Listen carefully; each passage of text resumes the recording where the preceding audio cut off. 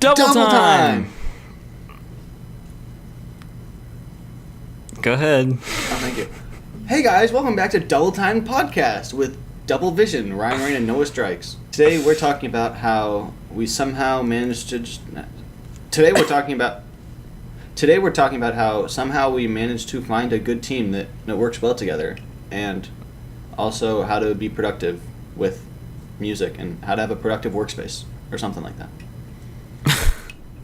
Yeah, our lack of musical development in the past month has given us a little bit of a challenge for podcast topics. We're also just stupid, but that's unrelated. Well, yeah, but...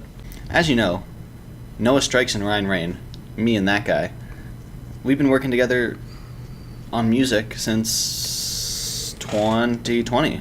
And that's when we started making music together, because we were like minds. And we found each other. Because I'd been working on music for a long time, and he wanted to get into music. We talk more about us meeting, though, in our little Christmas documentary called The Christmas Documentary. What is that called? The Strikes docu-series. Oh, yeah, The Strikes docu-series. And that's on YouTube if you want to look at that. But, yeah, I don't know how we really found each other. I don't know. I mean, we've just been doing music a long time, and we decided that it'd be best if these individual forces came together as one. And along the way, we got some other people that were good to bring onto the team, including, but not limited to, Kalini, our videographer. Me and Kalini have been friends since before me and Noah were friends. And me and Kalini have always been interested in film stuff, so that really worked out when we had to do music videos and stuff like that, because, I mean, we're literally going to college for that, so if that says anything. I know film majors don't. But... Yeah, and I had done film stuff before I got back into music, so I'm already pretty, well-rounded in that world. Yeah, so, like we've said probably a million times before, it's very convenient that our group turned out the way that it did, because we pretty much have one of everything that we need, if not more than one. Like, all three of us do video stuff. Me and Noah, and then Zane. Zane's also my friend from even before Kalini. Me and Zane probably go the farthest back, but that's for another day. That's for the Zane podcast. Yeah. But yeah, he's very music, so the three of us are very, good with the music stuff. And then Lord comes in, and it's like, that's a fourth music guy. And together, it's a little, community. But it's like our little community of people who make music together. And we're all pretty, well versed in each, topic. Kalini could say, oh, I need a key light over here, and, I would know what that means. Or, Lord would say, oh, can you change the tempo to 120 BPM, and Zane would type it in, and, we all pretty much know, each other's, it's, bad, those are bad examples, but, yeah. We know, He could type in 120. Yeah, but, you know what I'm saying, it's not like anyone's like, oh, I don't know how to do that, or yeah, I don't know what everyone that means. gets what the other person has to do. Even it's good to have Kalini, since she's not a music person. She has the outsider perspective of I don't know music at all, but I can tell you if this sounds good from an outsider point of view. Yeah, Lord and I started really hanging out at about middle of 2020, so almost the same time me and Ryan started. And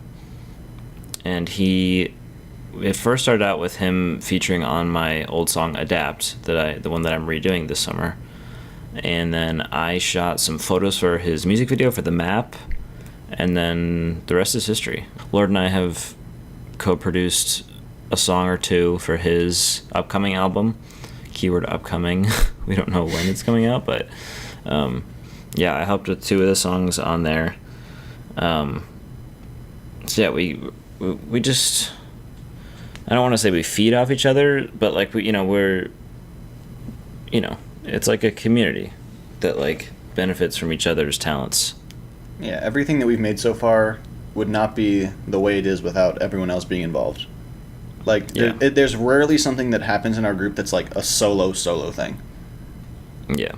Even though I have my solo album coming up, it's I'm working on it with Zane, making the instrumentals. I'm sure at some point Noah and Lord will be able to listen to it and give feedback on it.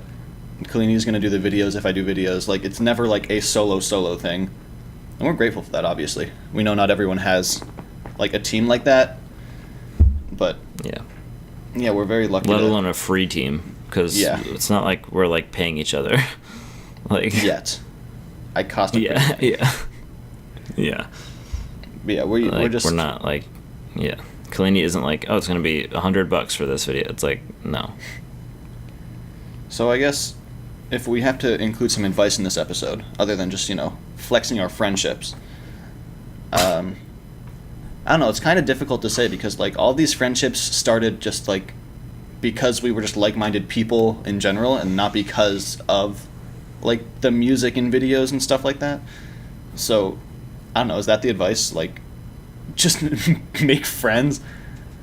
I mean that, but also it comes with trial and error, because I've had about 4 or 5 iterations of a group that likes to make stuff, and this has been the most solid, like, driven, delivering group that I've seen, at least, because like I've had obviously a bunch of different friend groups throughout the years, and really ever since I started making stuff on the internet, it was like, I don't know, friends would help me with my stuff, and I'd help them with their stuff, and I'd make them like graphics and all that stuff. But like, this is the most productive and driven, and I think like the most realistic team.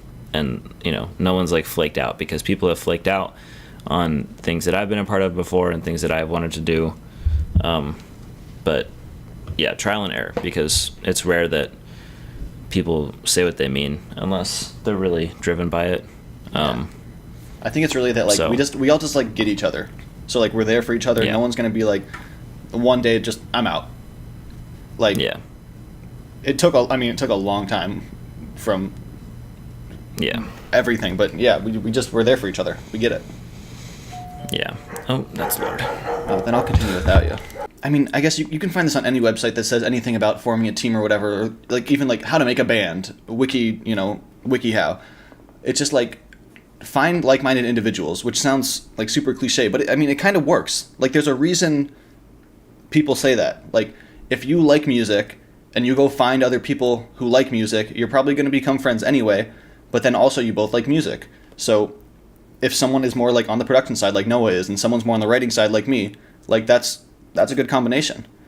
Like once again, we're very lucky that things worked out the way they did with me and Noah, like having like that kind of thing. I don't produce it all. Like I produced half a song like ever.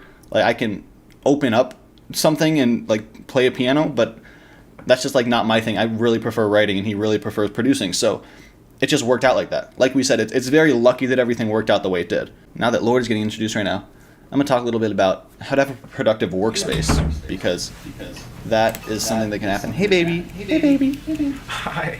Guys, guest starring Lord Childs. Hi. Welcome, Lord Childs. What is going on? We're podcasting. We're podcasting right now. There's going to be delay, but just, like, we'll only talk when you're not talking, but there will be delay. Mm. We could tell the whole Lord and I meeting story, because like how you said, if you both make music, like you're probably gonna hang out.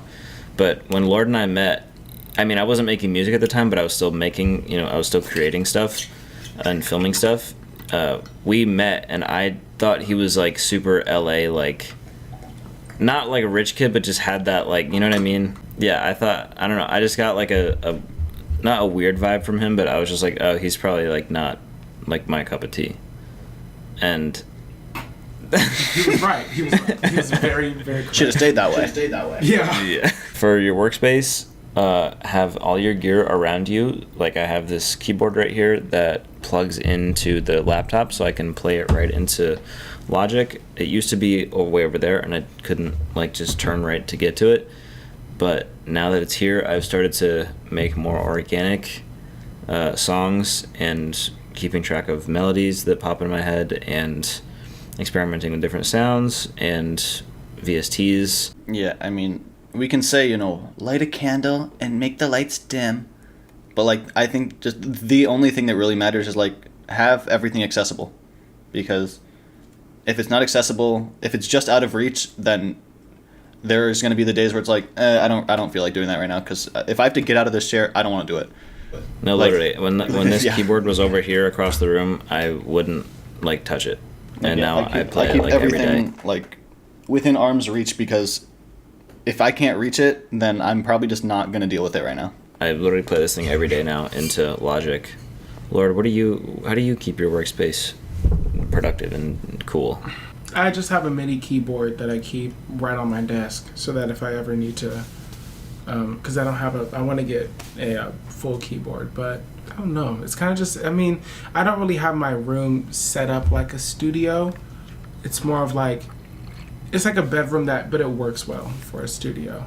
And it's the best way that I can arrange everything. But I will say, I did take a lot of time and like move my desk around the room. Like it's been on every wall of I've like rearranged my bed and my desk multiple times to like be able to move freely and be able to record the best that I can, because sometimes I'll be able to record sitting down, or other times I need to stand up to record so I can get better breath control. But so I guess I did assess the room, and I did move everything around to make it most comfortable to be able to record and produce properly.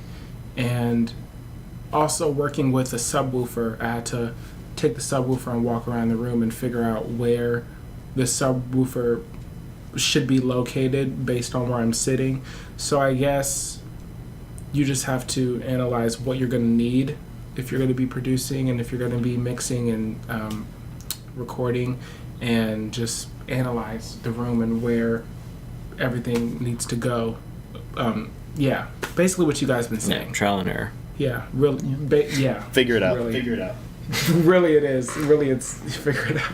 Because even like my old studio, the one that's in the dock that we mentioned earlier, that room is constantly changing. That room is constantly being moved around and rearranged and adding, subtracting. Just like you can change whatever you want. You can add whatever you want, take away whatever you want. You don't need as much as you think you need to get good vocals or a good environment. Just like, just keep it simple. Rearrange it if you want. Nothing's locked in.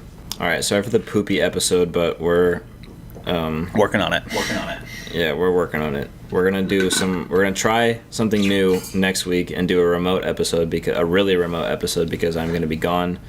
So we'll figure it out. We'll make it work. It'll be fine, and I'll try to think of some actual topics. But thank you for listening. Thanks, Lord, for guest starring for a brief moment.